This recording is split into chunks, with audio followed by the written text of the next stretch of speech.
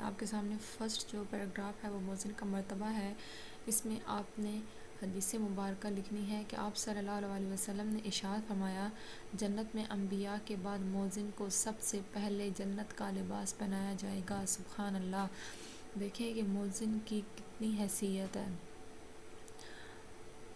ہمارا مذہب اسلام نے ہمیں بہت چھوٹی چھوٹی چیزیں بہت آسان طریقے سے کر کے دکھائی ہیں، بہت آسانی سے ہمیں بتائی ہیں، اور ہمارا پیارا اسلام کوئی مشکل مذہب نہیں ہے، بہت آسان ہے، بس کرنے والا کوئی انسان ہو تو. ٹھیک ہے جی. یہ ہے مؤذن کا مرتبہ. کیا ہے مؤذن کا؟ کہ سب سے پہلے جنت کا لباس مؤذن کو پہنایا جائے گا. ٹھیک ہے جی. نیکسٹ ہمارا کوسٹن ہے، نیکسٹ اینڈ لاسٹ کوسٹن ہے کہ اذان کے فوائد کیا ہیں. تو اذان کے فوائد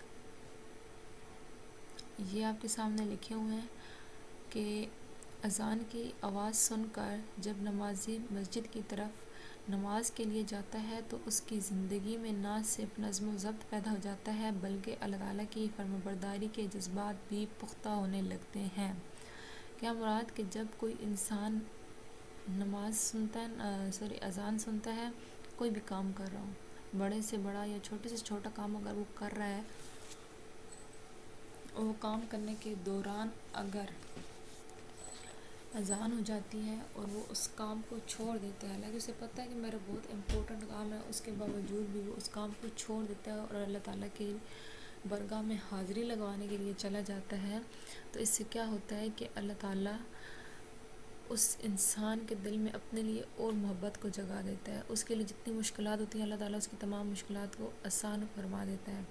تو یہ اس لیے نہیں ہے کہ ہم نماز پڑھنے گئے ہیں، بلکہ یہ اس لیے ہے کہ اللہ تعالیٰ نے اس کام کو پسند فرمایا ہے کہ میرا بندہ دیکھو کتنا نیک، کتنا عاجز ہے کہ میرا نام لیتے گئے یا میری طرف بلانے کا اعلان ہوتا گیا تو اس بندے نے اپنا کام چھوڑا اور میری طرف آ گیا.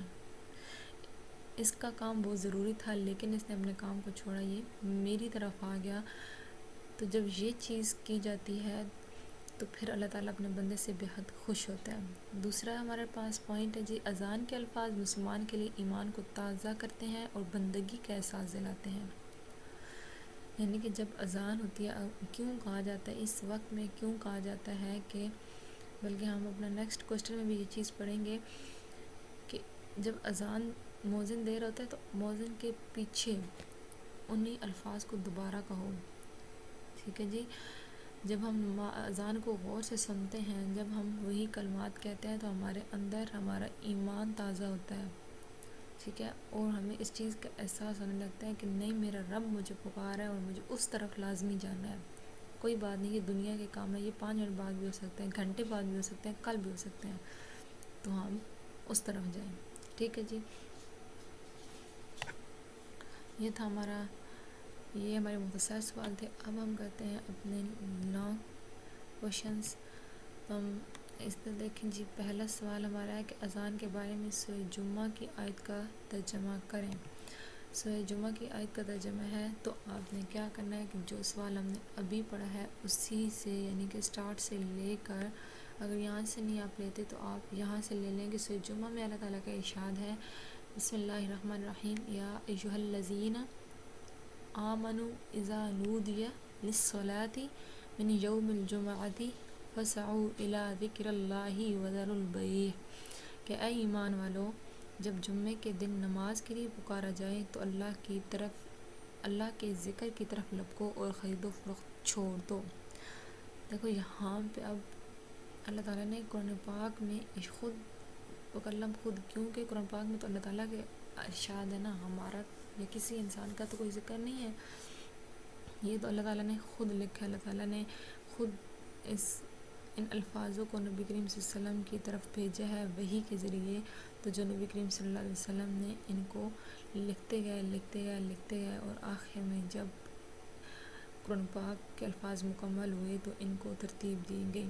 ٹھیک ہے جی. تو اب اللہ تعالیٰ نے قرآن پاک میں بھی یہ چیز ارشاد فرما دی ہے کہ جب جمعے کے دن نماز کے لیے پکارا جائے تو تم ہر طرح کا کام چھوڑ دو اور میری طرف آ جاؤ۔ آج ہم جمعے والے دن اسکول سے چھٹی جلدی کیوں ہوتی ہے؟ یہ جو لوگ کام پہ جاتے ہیں انہیں جلدی چھٹی کیوں دی جاتی ہے؟ اس کی وجہ یہی آیت آپ لیں، اسے نہ صرف آپ جمعے کے لیے لیں بلکہ ہر نماز کے لیے اس کو لیں، تب جا کے آپ کی کیا ہوگی؟ آپ کی نیت، آپ کا دل، آپ کی روح اس بات کی گواہی دے گی کہ ہاں اذان ہو رہی ہے، چلو پہلے نماز پڑھو بعد میں باقی کام کرو۔ ٹھیک ہے جی، ہمارا نیکسٹ کوسچن ہے کہ اذان کی ابتدا کس طرح ہوئی؟ اذان کی ابتدا کس طرح ہوئی؟ آپ نے نشان لگانا ہے جی پیج نمبر 20۔ آپ دیکھیں گے ہم نے ابھی پڑھا تھا، بلکہ آپ اس کو لیں، اذان کی ابتدا آپ کے پاس آ رہا ہوگا، یا کچھ بچے ہوں گے جو کہہ رہے ہوں گے کہ یہ بہت زیادہ ہے، لیکن یہ بہت زیادہ نہیں ہے، بہت شارٹس ہے۔ اس میں ہم نے کل جب ریڈنگ کی تو ہم نے اس میں پڑھا تھا کہ مسلمان جب نبی کریم صلی اللہ علیہ وسلم اور صحابہ کرام جب مدینہ کی طرف انہوں نے ہجرت کی تھی تو وہاں پر یہ چیز بار بار، یہی ایک سوال، یہی ایک کشمکش میں لوگ تھے کہ مسلمانوں کو کس طرح ایک جگہ اکٹھا کیا جائے اور نماز ادا کی جائے۔ ٹھیک ہے جی، تو کسی نے کہا جی ڈھول بجا لیں، کسی نے کہا گھنٹیاں بجا لیں، مطلب ہر کسی نے اپنی اپنی رائے دی، لیکن نبی علیہ السلام کو کوئی بھی رائے پسند نہیں آئی۔ اسی دوران حضرت زید اور حضرت عمر فاروق رضی اللہ تعالی عنہما کو نے خواب میں دیکھا، کس کو؟ ایک فرشتے کو، جو کہ اذان کے کلمات کہہ رہا تھا، تو نبی کریم صلی اللہ علیہ وسلم کو انہوں نے جا کر بتایا کہ ہم نے خواب میں یہ کلمات دیکھے ہیں، تو ہم نے فرمایا کہ جاؤ حضرت بلال حبشی رضی اللہ تعالیٰ عنہ کو یہ الفاظ سکھا دو۔ تو جب ان کو الفاظ سکھائے گئے تو انہوں نے کیا کیا کہ اذان کہی، اور یہ پہلی مرتبہ اور پہلی ہجری میں اذان کی ابتدا ہوئی۔ ٹھیک ہے جی، تو پہلے مؤذن کون تھے؟ پھر حضرت بلال حبشی رضی اللہ تعالیٰ عنہ تھے۔ نیکسٹ ہمارا سوال ہے جی اذان کی اہمیت کیا ہے؟ اذان کی اہمیت کیا ہے، ہم نے یہ سوال پڑھنا ہے۔ آپ اوپن کریں گے جی پیج نمبر 21، آپ کے سامنے آ رہا ہے کہ اذان کی اہمیت۔ ٹھیک ہے جی، اذان کی اہمیت آ رہا ہے، تو آپ نے یہاں پر 5 پوائنٹ ہے جو کہ آپ نے لکھنے ہیں، کوئی مشکل پوائنٹ نہیں ہے۔ پہلا ہے کہ نماز میں اللہ تعالیٰ کی یاد دہانی، یعنی کہ اللہ تعالیٰ کی یاد دلاتی ہے۔ دوسرا ہے کہ ابتدائی جو کلمات ہیں وہ اللہ تعالیٰ کی عظمت اور توحید کا سبق دیتے ہیں، یعنی کہ اللہ تعالیٰ کی بڑائی اور ایک ہونے کا سبق دیتے ہیں، اور مسلمانوں کے اندر ایمان کی تازگی پیدا ہوتی ہے اس کو سن کے۔ نیکسٹ ہمارا ہے کہ اذان جو ہے وہ ایک قسم کا اعلان ہے مسلمانوں کو ایک جگہ اکٹھا کرنے کے لیے۔ چوتھا ہے کہ اذان میں کامیابی اور بھلائی کی طرف بلایا جاتا ہے، کہا جاتا ہے نا حی علی الصلاۃ اور حی علی الفلاح، یعنی کہ اصلاح اور کامیابی کی طرف بلایا جاتا ہے۔ نیکسٹ اور لاسٹ ہے جی اذان میں دنیا و آخرت کی کامیابی کا سبق ملتا ہے۔ ٹھیک ہے جی، یہ ہمارا ہے کوسچن نمبر 3۔ نیکسٹ ہمارا ہے جی اذان کی فضیلت۔ اذان کی فضیلت کیا ہے جی؟ اذان کی فضیلت یہ ہے کہ نبی کریم صلی اللہ علیہ وسلم نے ارشاد فرمایا، یہ ہمارے پاس حدیث مبارکہ ہے کہ نبی کریم صلی اللہ علیہ وسلم کا ارشاد ہے کہ اگر لوگوں کو یہ معلوم ہو جائے کہ اذان دینے اور پہلی صف میں نماز پڑھنے کا کتنا ثواب ہے، تو ہر شخص دوسرے سے آگے بڑھنے کی کوشش کرے، حتیٰ کہ فیصلہ کرنے کے لیے قرعہ ڈالنا پڑے۔ یعنی کہ اس حد تک ثواب ہے کہ اگر کسی عام انسان کو پتہ چل جائے تو وہ ایک دوسرے کو دھکے دے کر آگے جانے کی کوشش کرے گا۔ ٹھیک ہے جی، نیکسٹ ہمارا ہے کہ اسی کے ساتھ ہی ہماری نیکسٹ لائن ہے، آپ صلی اللہ علیہ وسلم نے حضرت بلال رضی اللہ تعالیٰ عنہ کو مسجد نبوی میں اذان کے لیے مقرر فرمایا۔ اسی وجہ سے حضرت عمر رضی اللہ تعالیٰ عنہ اور دیگر صحابہ کرام رضوان اللہ اجمعین ان کو بہت عزت و احترام کی نظر سے دیکھتے اور انہیں سیدنا بلال کہہ کر پکارتے تھے۔ کیوں؟ کہ اس وجہ سے کہ حضرت بلال حبشی جو تھے، ان کی رنگت، کیونکہ وہ حبشی تھے، حبشی ہونے کی وجہ سے جو حبشی تھے وہ بہت اس وقت ان کو اچھی نگاہ سے نہیں دیکھا جاتا تھا، وہ بہت ان کی رنگت بلیک تھی، جس کی وجہ سے انہیں ہر کوئی اچھی نگاہ سے نہیں دیکھتا تھا، لیکن اللہ تعالیٰ نے انہیں کیا مرتبہ دیا ہے کہ وہ مسلمانوں کے پہلے مؤذن رسول بنے۔ اور پھر اس کے بعد حضرت عمر فرماتے ہیں کہ نہ صرف میں بلکہ میرے ساتھ اور بہت سے صحابہ نے ان کو بہت عزت اور احترام کی نگاہ سے دیکھا، اور ہم انہیں پھر کیا کہہ کر بلانا شروع ہو گئے، سیدنا بلال حبشی رضی اللہ تعالیٰ عنہ کہہ کر پکارنے لگے۔ ٹھیک ہے جی، نیکسٹ یعنی کہ لاسٹ ہمارا جو کوسٹن ہے وہ ہے کہ اذان کے جواب دینے کے متعلق آپ علیہ الصلوۃ والسلام کا ارشاد کیا ہے۔ تو یہ لاسٹ پہ آپ آ جائیں، آپ دیکھ رہے ہوں گے کہ اذان کا جواب نبی کریم صلی اللہ علیہ وسلم نے فرمایا جب تم اذان سنو تو جواب میں تم بھی وہی کہو جو کہ مؤذن کہتا ہے۔ حی علی الصلاۃ اور حی علی الفلاح کے جواب میں لا حول ولا قوۃ الا باللہ کہو، اور الصلاۃ خیر من النوم کے جواب میں صدقت و بررت کہو۔ یعنی ابھی ہم نے اوپر اسی چیز کو اس کو ہم نے واضح کیا ہے کہ ہمیں کیوں اس کے پیچھے یہ کلمات کہنے چاہیے۔ مؤذن کے پیچھے ہر وہ کلمہ کہو جو مؤذن کہہ رہا ہے، لیکن یہ تینوں کلمے ایسے ہیں کہ جب مؤذن کہے تو آپ کو لا حول ولا قوۃ الا باللہ پڑھنا ہے۔ صبح کی اذان میں آپ اگر جاگ رہے ہیں تو جب الصلاۃ خیر من النوم کہا جاتا ہے تو آپ کو اس کے جواب میں کیا کہنا ہے، صدقت و بررت۔ ٹھیک ہے جی، یہ تھا ہمارا آج کا سبق۔ لانگ اور شارٹ کوسچن آنسر تھے۔ آپ نے ان سارے سوالوں کو اپنی کاپی پہ رائٹ کرنا ہے اور بہت اچھے سے اس سبق کی تیاری کرنی ہے۔ مجھے امید ہے کہ آپ کو بہت اچھے سے سمجھ آ گئی ہوگی اور اس میں ایسی کوئی چیز نہیں ہے جو کہ مشکل ہو۔ ٹھیک ہے جی، یہ تھا آپ کا ہوم ٹاسک۔ یہی چیز ہماری ہے، یعنی fill in the blank, true false and M C Qs. جس بچے نے سولو کر لیے تھے ویل اینڈ گڈ، اور جس نے نہیں کی اگین یہ آپ کو دیا گیا ہے، آپ نے اس کو اپنی نوٹ بک پہ کر لینا ہے۔ ٹھیک ہے جی، اپنا بہت سارا خیال رکھیے گا۔ اللہ حافظ۔